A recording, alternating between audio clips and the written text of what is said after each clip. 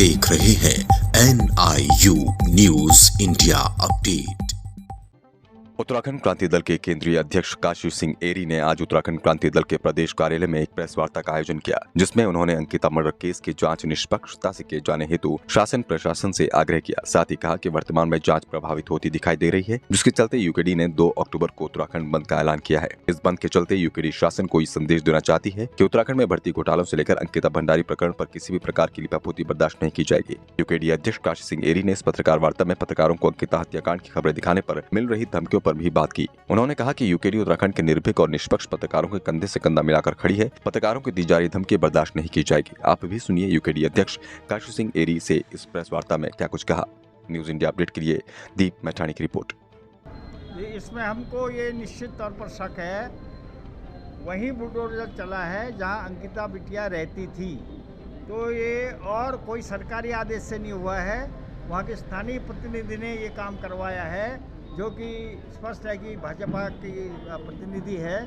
तो हमें ये लगता है और जनता में भी ये संदेश है कि शायद साक्ष्य मिटाने के लिए उसी कमरे को तोड़ा गया है।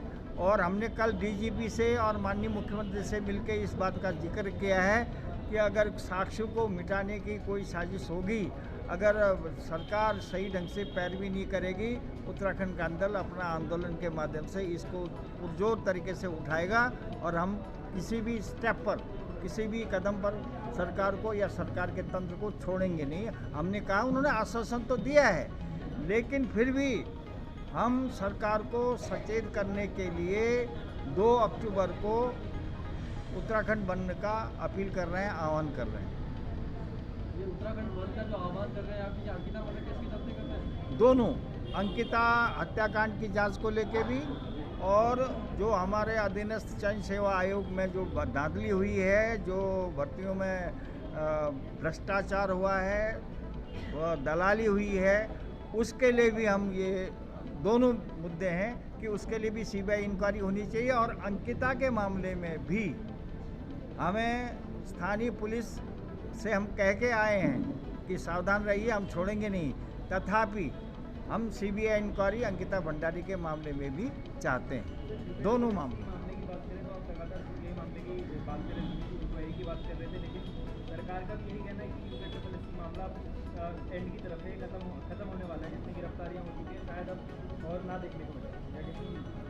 देखिए, सरकार का स्टेटमेंट अपनी जगह पर है। अगर वो कहते हैं कि इतनी गिरफ्तारी हो गई, मामला ख़त्म हो गया है, हम इसको मानने के लिए तैयार नहीं हैं। कोई भी जनता उत्तराखंड की इस स्थिति में मानने के लिए तैयार नहीं है, इसलिए कि बड़ी मछलियों तक अभी SIT के हाथ नहीं पहुँचे, पहुँचेंगे भी नहीं। 74 NS 74 का मामला आपके सामने है, आप पत्रकार हैं, उसमें भी बड़ी ज़ोर शोर से कार्रवाई हुई थी। छोटी मछलियों को बंद कर दिया गया, बाद में उनको भी छोड़ दिया गया और जांच रफा दफा हो गई। सीबीआई इंक्वायरी की बात हमने मांग की थी, नहीं हुई सीबीआई इंक्वायरी। और आज वो जांच कहाँ है, क्या है, उसमें कौन कल्प्रिट था, कौन दोषी था, नहीं पता चला। इसलिए कि उसमें भी बड़े लोगों का हाथ था, इसलिए कि उसमें भी पॉलिटिकल लीडरशिप इन्वॉल्व थी। इस मामले में भी मैं मानने के लिए तैयार नहीं हूँ कि बिना बड़े पॉलिटिकल लीडर्स के आशीर्वाद से, उनके हस्तक्षेप से, या बिना ब्यूरोक्रेसी में जो उच्च स्तर पर बैठे हैं उनके संरक्षण के बिना इतना घोटाला संभव नहीं है। इतना पनपा, इतना नेटवर्किंग उन्होंने कर दी। तो हमारा बड़ा जो तबका है, चाहे वो ब्यूरोक्रेसी में हो, चाहे वो पॉलिटिकल लीडरशिप में हो, वो भी इसमें इन्वॉल्व है। इसलिए हम सीबीआई जांच की मांग कर रहे हैं। महिला आयोग की मांग तो बहुत दिनों से चल रही है और सरकार इस बात को मान ही नहीं है, तो आगे यूकेडी का क्या रिएक्शन होने वाला है? हमने अभी 2 अक्टूबर तक का कार्यक्रम रखा है। हमारा धरना भी चल रहा है। धरना तो शायद हम आगे फिर उस पर पुनर्विचार करेंगे कि 2 अक्टूबर का अब हमारा कार्यक्रम है, तो उससे पहले इसको ख़त्म करेंगे। उसके आगे मैंने कहा कि चाहे लीगल लड़ाई लड़नी हो, चाहे आंदोलन करना हो, उत्तराखंड क्रांति दल इसके लिए पूरी तरह से तैयार है। और हमने कल डीजीपी को भी और माननीय मुख्यमंत्री जी को भी बता दिया है कि हम इसमें कोई कोताही नहीं चाहेंगे, कोई ढील नहीं चाहेंगे। हम इस पर लगातार नज़र रखेंगे कि इसकी परिणति सबको न्याय मिलने तक जानी चाहिए, चाहे वो भर्तियों का घोटाला हो, चाहे अंकिता का हत्या का मामला हो, सबको न्याय मिलने तक उत्तराखंड का आंदोलन चुप नहीं बैठेगा।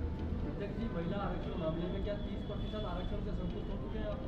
देखिए, मैंने पहले भी कहा आपसे कि हमने 50% मांग की थी महिला आरक्षण के लिए। बड़ी मुश्किल से इन्होंने पहले 20% था, उसको 30% किया, लेकिन दुर्भाग्य से वो 30% आरक्षण भी दूसरे प्रदेश की महिलाओं के आवेदन पर, चाहे वो हरियाणा की थी, उत्तर प्रदेश की थी, उनके आवेदन पर हाई कोर्ट ने निरस्त कर दिया।